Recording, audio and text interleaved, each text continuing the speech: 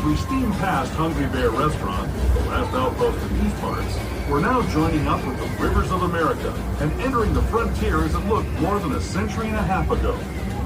This is my favorite part of the journey. Around every bend, there's natural beauty as far as the eye can see.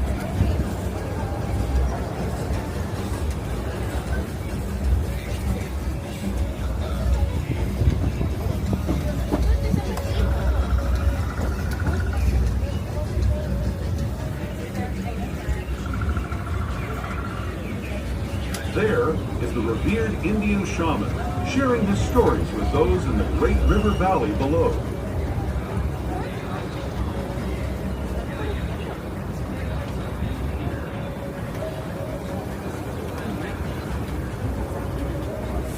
People like you have been riding these rails since the 1800s, traveling through nature's wonderland in a matter of days, rather than the months it used to take by mule or stagecoach. Steam power not only fueled